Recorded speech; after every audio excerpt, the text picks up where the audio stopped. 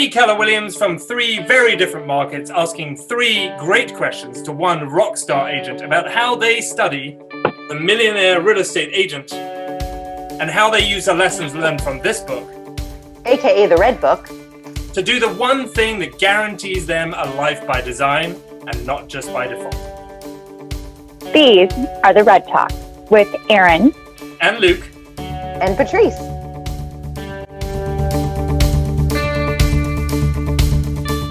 Our guest this week is Seychelle Van Poole with the Van Poole Properties Group, the leading real estate group in the Dallas-Fort Worth Metroplex area. So Seychelle, along with her mom Barbara, run this full-service team of awesome agents and support personnel. And along the way, they've become the #1 go-to local area experts for buyers, sellers, investors, interior design, and even short sales and foreclosures. A true all-rounder.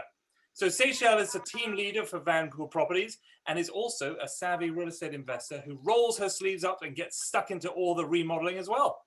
So a lot to talk with Seychelle today, but normally I would say ladies first, but actually I've got a question for you. I love your name. Tell me what's the story behind your gorgeous name?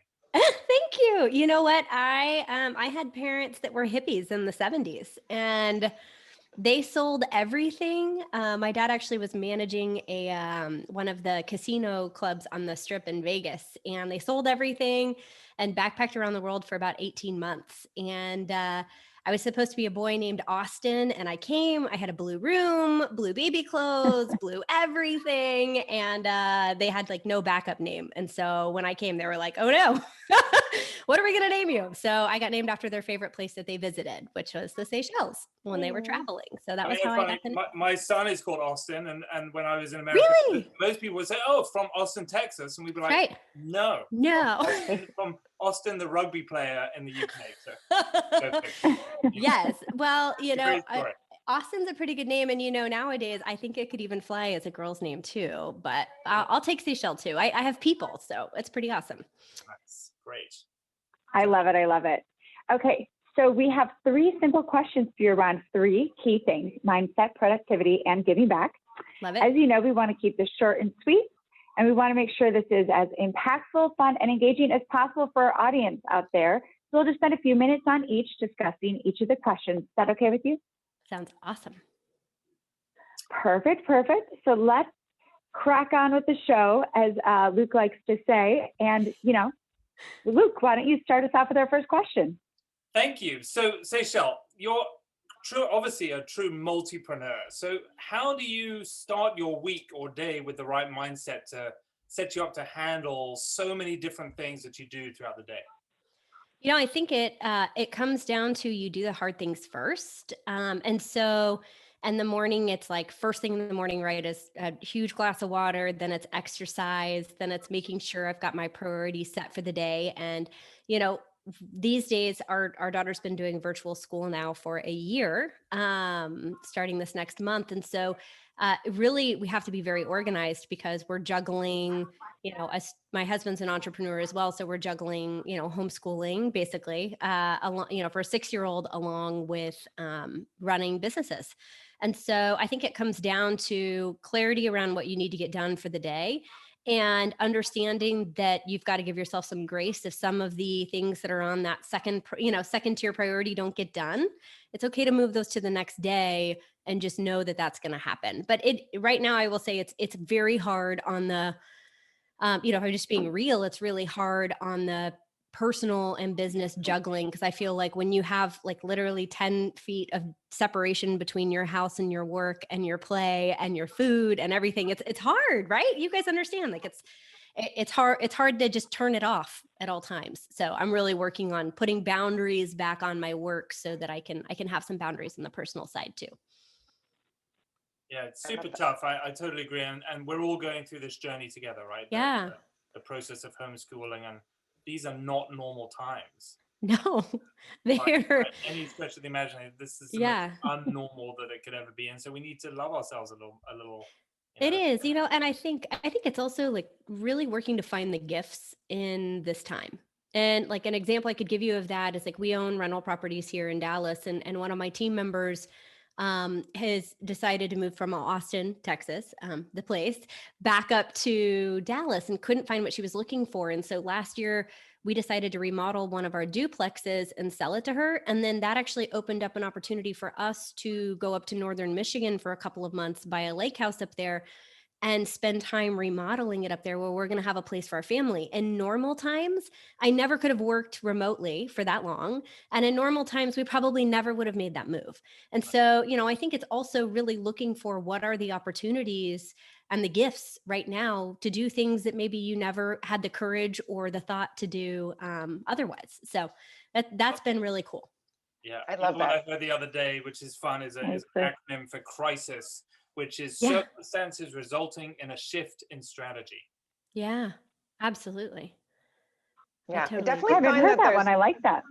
that is good. There's so many more changes. I feel like we talk to people all the time, and so many people are making changes in their business and their lives that they just didn't really think they had the power or the control for. And you shared a little bit before that you started your career, at a challenging time. Will you share a little bit about that as well and how that's actually helped your business? Yeah. Barb, AKA Mom, who originally started our team. It sounds weird yelling like Mom across the office these days. So Barb started our company actually on her birthday, which was September 11th. And she started on September 11th, 2001. That was our first day in real estate. We actually started with Keller Williams.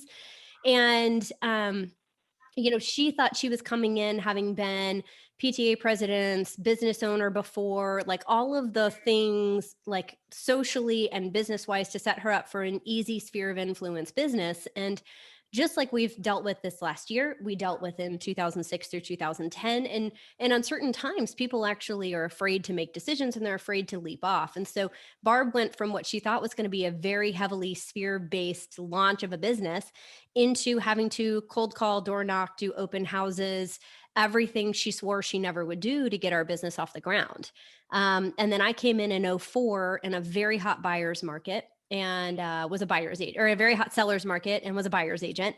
And then had the brilliant idea with 3 years in 2007 to move from a buyer's agent to a listing agent within a month of the market crashing and becoming a buyer's market when I became a listing agent. So my first 6 years in the business, I was never on the winning side, if you will, of a deal.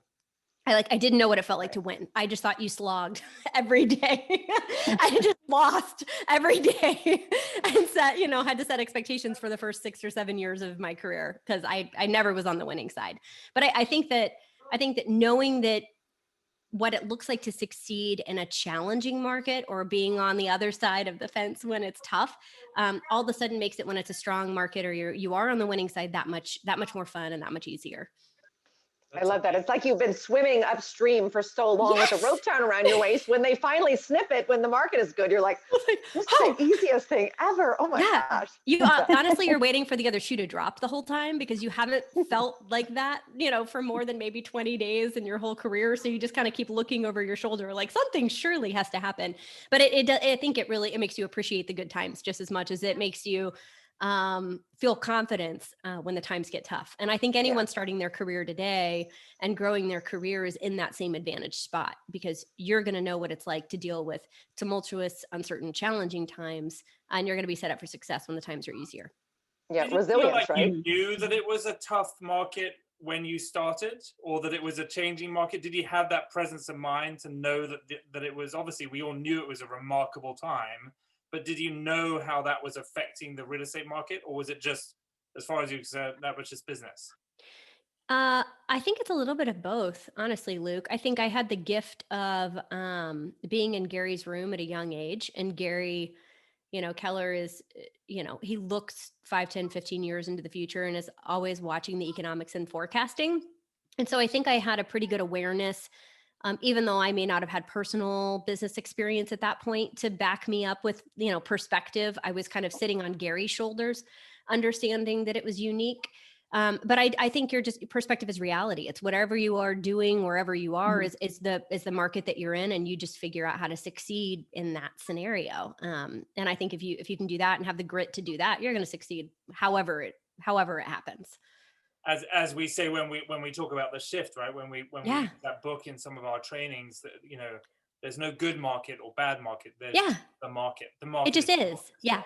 That's someone's exactly always right. buying and someone's always selling. I always think we solve problems for a living, right? When we got into this business, that's just what we do. So the more problems, honestly, the more valuable I am, right? If someone doesn't, if there's not a challenge, why do they need us, right? That's exactly right. We're a luxury. So, and I think markets like these really give us an opportunity to be a consultant and not a salesperson. And that's the position I would always rather be in as a consultant. So for me, I actually love times like this because it allows us to do what we're meant to do instead of something that's just like, oh, I opened up my email and a deal fell in my lap today. You know, so I would way rather feel like I'm adding value and bringing something to the table. I love that. I like that purpose. Yeah. Absolutely. All right. Well, I'm going to dive into question number 2. So I had the immense pleasure of seeing you at Family Reunion, your class at social media in 2020. And I will never forget that Seychelle loves tacos, partially because I do too, but also because you're really good at what you do.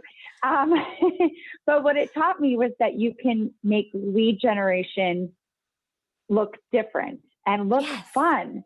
And I just love that. Fun to build a business. Can you tell us more about that? Yeah. You know, I was thinking about this when you asked this question because I think there's 2 components of it. I think the habits that you build to build success look very similar when you look at successful people's habits, right? I think it's mastering your morning. It's knowing that you need to get time on task and experience at a certain level of, for us in our business in real estate, right? Lead generation. And however that happens, there are simple habits that you can build that will build success. But that also doesn't mean that you can't have fun and pick the ways in which you build those habits that they don't have to be boring. They don't have to be just because this person over here loves to cold call doesn't mean that my success has to look like that. And so you know, I spent probably my first 5 or 7 years chasing what I thought everybody else was doing to be successful, right? I was comparing their journey to mine, and I felt like I needed to emulate that in order to be successful. And after I had our daughter in 2014, I really realized that my journey doesn't have to be everybody else's journey. And in fact, you know, when you have a kid, your time goes from like, I have all the time in the world. I can actually do like 3 full-time jobs because I have all the time, you know, and then all of a sudden you have this tiny human that like needs all of your time, and you don't have the luxury of having all the time in the world anymore. And so I had to get really creative with my lead generation, with being purposeful, of having to rebuild, you know, friend groups that with other people that had kids, and how do you do that in a community? And so I think, you know, the best thing that I did at that point was give myself some permission to all of a sudden start creating my own journey, and looking at the habits still need to look the same, but how I accomplish them may be different. And it was a really freeing part. And I actually feel like I'm so much more comfortable in my own skin, having given myself permission to be on my own journey and be okay with that. And other people may agree or disagree with the way I've done it, but that's okay, because it's not their life and they don't have to live it that way. And I think for all of us out there, right, giving yourself permission to live the life you want. And you got into real estate likely because you wanted to be a business owner, and you probably wanted freedom. So, you know, being able to have those things and give yourself permission to live the life you want to live and to do it the way you can do it to be successful, I think is a really powerful thing. That's amazing. And I often say to the guys that I work with, you know, I run a team, right? So everybody has their own different personalities, and everyone's got their own way of doing it.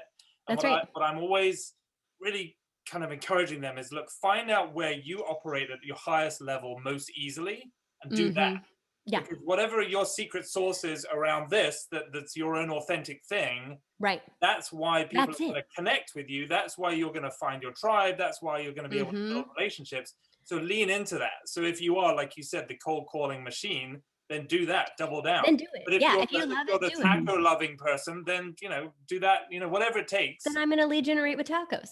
No, I mean, I say that like in jest. Erin is so right. I do love tacos. They're amazing.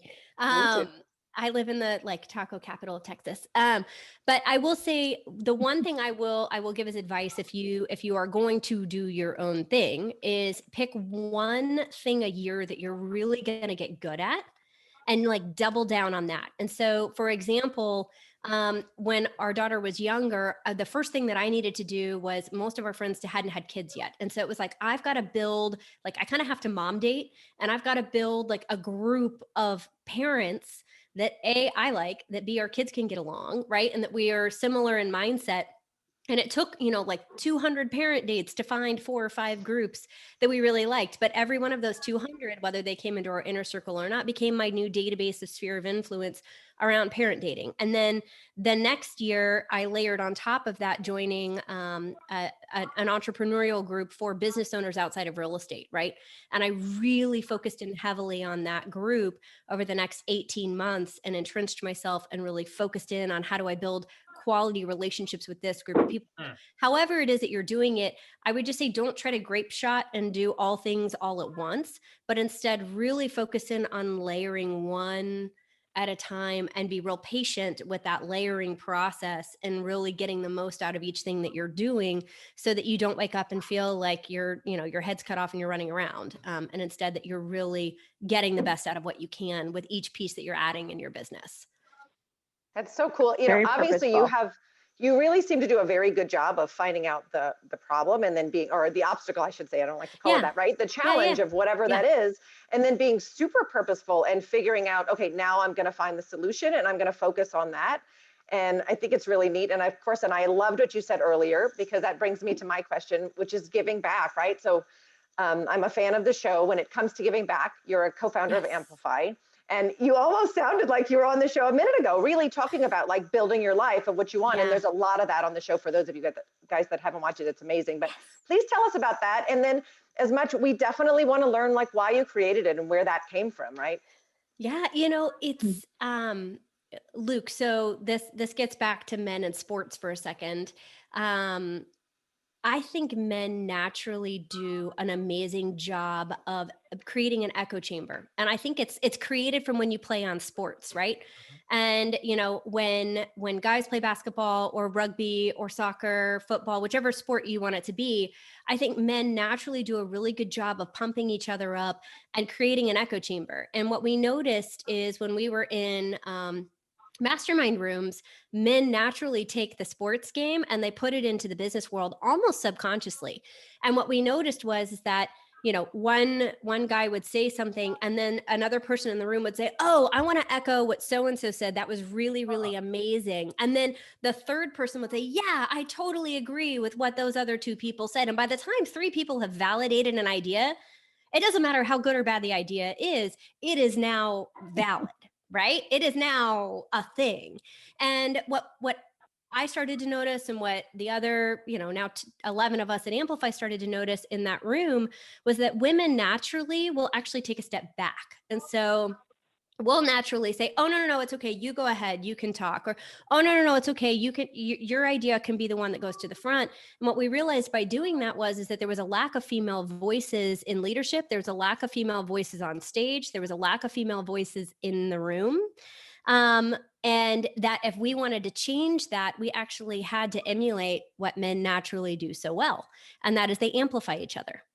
And so you give me goosebumps. I'm sorry. That was really powerful. Yeah, like Erin, Patrice, I don't know if you guys noticed this too, but I think it's a natural 100%. Thing when women are socially raised to be more nurturing. It almost goes against our grain to be more aggressive and assertive. I've even had KPAs that I've verified for Keller Williams, and the word aggressive will show up and men are like, "Yeah, I am."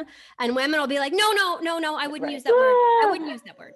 And it's like, no, aggressive, it can be a great thing when channeled in a positive way. And so we created Amplify really to help amplify the voices and lives of women in business around the world. And our mission is to create a tribe of women that can unconditionally support each other through the highs and the lows, and that you can actually have conversations around wealth building, right? And, marriage and business and health and spirituality, or whatever those things are that you need help and support in, and that you're going to bring other people with you. And until we really dug in on these retreats that we've been doing now for 6 years, we really, I think, underestimated of what the power of having, right, what men do so well with a sports team, or what we've created with our tribes, right, is having this group of people that are really unconditionally supporting and encouraging you, and pushing you forward.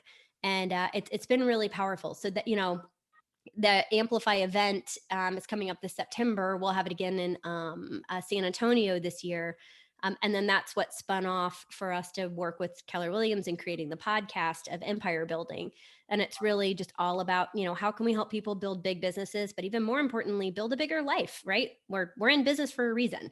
So how can we make sure your life that you're building supports that?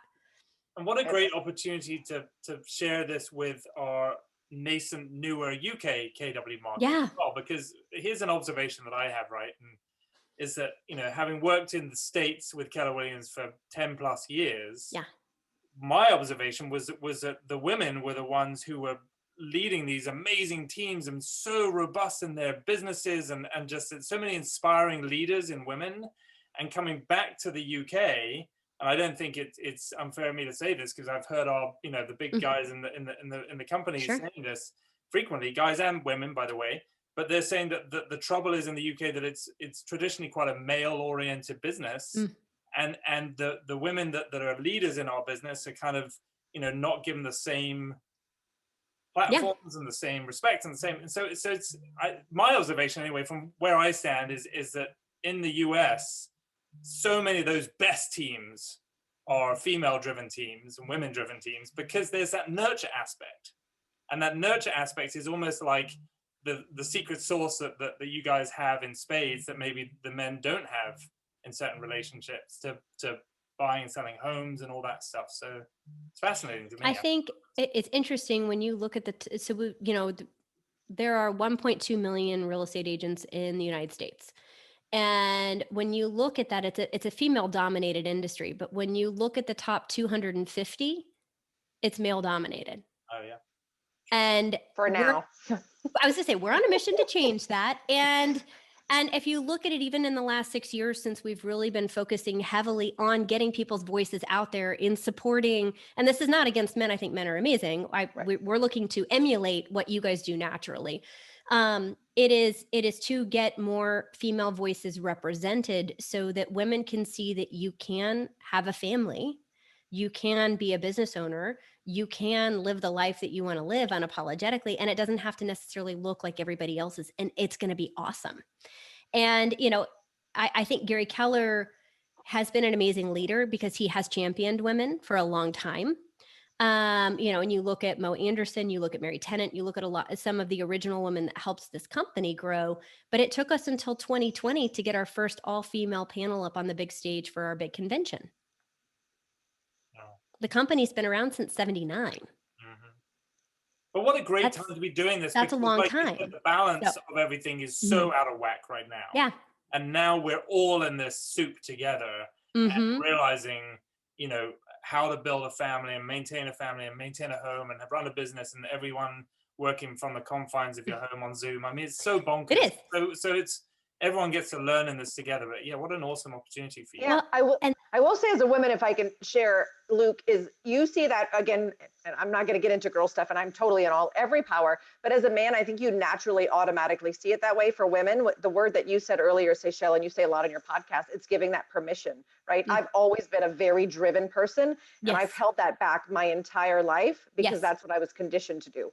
And so and Luke, by the way, champion Luke, because he's got 3 strong women here, right? And 2 women that he chose as partners. So great job. And that doesn't always happen. And it really does take things like COVID and September 11th and all of these challenges that some of us go, you know what? No one's standing up.